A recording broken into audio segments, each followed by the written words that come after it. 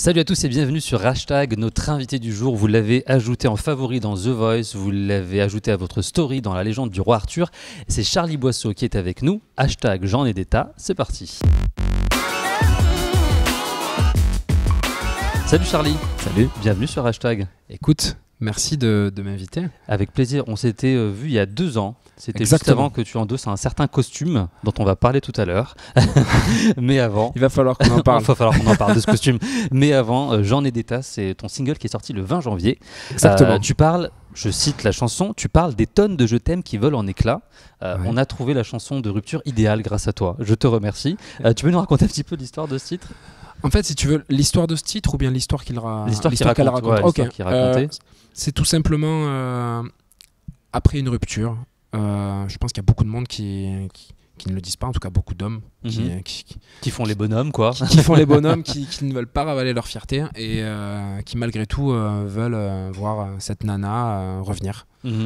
Et ça a été mon cas, je pense que c'est le cas de beaucoup de monde. Et voilà, c'est juste. Et elle part et c'est finalement... simplement un cri d'amour qui la supplie de revenir, mais elle ne revient pas. A priori. A priori. Sauf pour le prochain single, du coup, on saura si elle revient ou pas. Peut-être. Dans la suite. Tu as coécrit le titre avec Ancilla, c'est ça ? Exactement. Comment c'est arrivé cette collaboration ? Tu la connaissais avant ?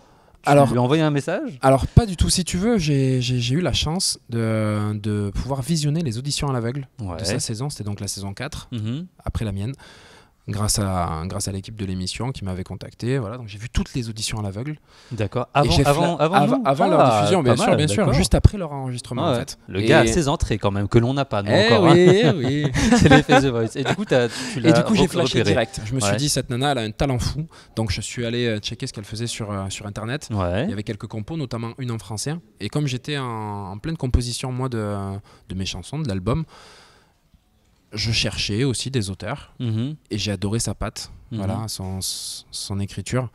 Donc j'ai envoyé un petit message sur Facebook et auquel elle a répondu. Je lui ai dit voilà, je m'appelle Charlie, nanani nanana, j'ai fait ça. Elle me dit mais je vois très bien. Est-ce que tu voudrais qu'on écrive une chanson ensemble ? Oui, c'est parti. Et voilà, j'en ai des tas. Ça c'était quand ? C'était il y a au moins 2 ans du coup maintenant ? Du coup, il y a 2 ans. C'était au mois de décembre. Donc c'est pas quelque chose de récent. Il y a 2 ans. Le lancement du coup de ce texte-là. Non, c'est pas récent. Un petit mot sur le clip qui a été diffusé aussi, qui a été très vu sur YouTube. On voit des roses, on voit de la couleur, on voit un couple qui s'aime et on te voit à part. Alors pour le clip, il y a plusieurs lectures. Ouais. Moi, la mienne, c'est que je suis narrateur. D'accord. D'une histoire, en tout cas de la mienne. Et ce couple-là est juste là pour l'illustrer, si tu veux. Voilà, il y a beaucoup de monde qui me disait, d'accord, donc en fait, elle est partie avec un autre homme et tout. Non, pas du tout. Mais même pas, tu vois. Et, c'est ce que tu disais aussi. On a Kies à côté. Non. Et c'est ce que je disais, vérité, Charlie. C'est ce que je me disais. Ce que tu pensais. J'avais honte de le dire, mais c'était ce que je me disais. Je pensais qu'elle t'avait lâchement abandonné. Honnêtement, il n'y a aucune honte. Je pense que c'est très bien aussi. Chacun son histoire. Chacun son histoire, chacun sa lecture. Ouais. Voilà. Et du coup, toi, tu racontes l'histoire de ce couple-là. Totalement. Qui a une vie un petit qui est dans cette phase-là. Qui a une vie un peu tumultueuse et qui se cherche. Qui se cherche. Et du coup, sur l'album, il va y avoir pas mal de titres, dont Rien perdu, que tu as interprété en Facebook Live, qu'on a vu il y a quelques jours sur ta page Facebook. Tu peux nous dire un petit peu de quoi vont parler les textes de cet album ? Alors, il va y avoir évidemment beaucoup de chansons d'amour, parce que quoi qu'il en soit, que ce soit dans les moments de joie ou de tristesse, c'est ce qui inspire le plus. Je vais pas parler de moi, puisque moi je compose. J'ai composé 90% des musiques de l'album, mais tout ce qui est des textes, je travaille avec plusieurs paroliers. Et évidemment, pour eux, c'est beaucoup plus simple. En tout cas, c'est beaucoup plus inspirant de parler d'amour. Après, il y aura d'autres chansons. Voilà, on va parler de rupture mais de déclaration d'amour. Hormis les chansons d'amour, on va parler de liberté. On va parler d'un petit garçon qui doit recevoir un cœur. On va parler de pas mal de choses en fait. Voilà, pas mal de choses que j'ai vécues ou non. En tout cas que j'ai envie de raconter. C'est pas l'album peut-être le plus personnel du monde. C'est pas celui où je vais le plus parler de moi. Je pense que ça va venir aussi avec le temps. Mais ça n'empêche pas d'en apprendre sur toi aussi. Mais on en apprend beaucoup. Et non, c'est sûr que de toute manière, à travers une chanson, qu'elle parle de nous ou pas, on se livre. On se met, quoi qu'il en soit, à nu. Pas forcément à travers un disque, mais plus quand je serai sur scène. Et c'est vrai que on en parle aujourd'hui avec les plateaux, tout ça, radio que je fais en ce moment, beaucoup de promos, de retrouver la scène, de retrouver le public. Et ce partage-là, c'est ça l'essence même, en tout cas la raison pour laquelle est-ce qu'on fait ce métier. Et tu kiffes le contact avec le public, qu'on aura bien compris. Moi, honnêtement, c'est la raison pour laquelle tu as quitté le monde de l'infirmerie, les hôpitaux. En tout cas, c'était ce que j'aimais dans le métier, la connexion, les échanges. Et c'est ce que je voulais retrouver dans ce métier-là, et c'est ce que je retrouve décuplé. Toujours pour parler du coup de l'album, on t'imagine avec du piano derrière, de la guitare, même de l'électro finalement. Dans quelle direction ça va aller comme univers musical ? On est parti sur... je voulais vraiment quelque chose d'hybride, avec tous les instruments, c'est-à-dire guitare, piano, cordes, qui soient des instruments organiques, réels, parce que j'y tiens au côté acoustique.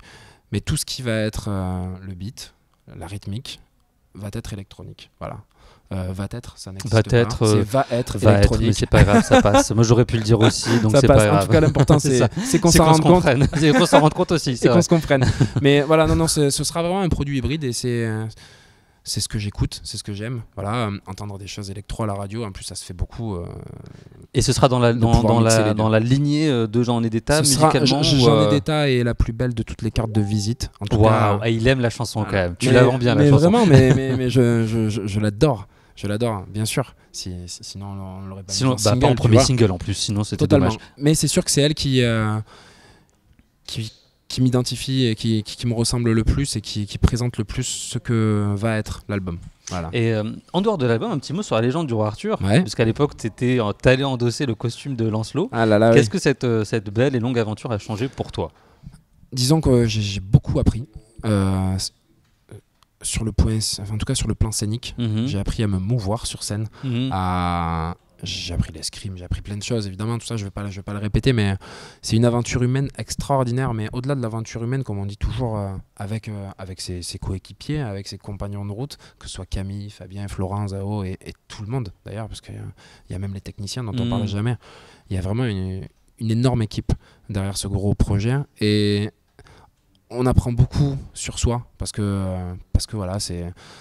Dans toutes les émissions de télé-réalité où les gens se retrouvent enfermés, tu vois, alors évidemment, ça peut être très critiqué, mais j'ai envie de dire que toutes ces aventures sur du court terme, parce qu'un an c'est très court, où les émotions sont forcément décuplées, c'est là où on apprend le plus, sur soi et sur les autres. C'était fantastique. Voilà. Belle expérience. Je parle beaucoup pour venir au point final qui dit que c'était magnifique. C'était une belle expérience et t'as l'air d'avoir beaucoup aimé. Un petit mot sur The Voice, t'as participé à la saison 3. Ouais. On rappelle que dans la saison 3, il y a quand même eu, en plus de toi, Kenji Girac, Amir, les frérots de la Vega. Qu'est-ce que t'es allé chercher, toi, en participant à ce télécrochet ? Moi, je voulais m'amuser.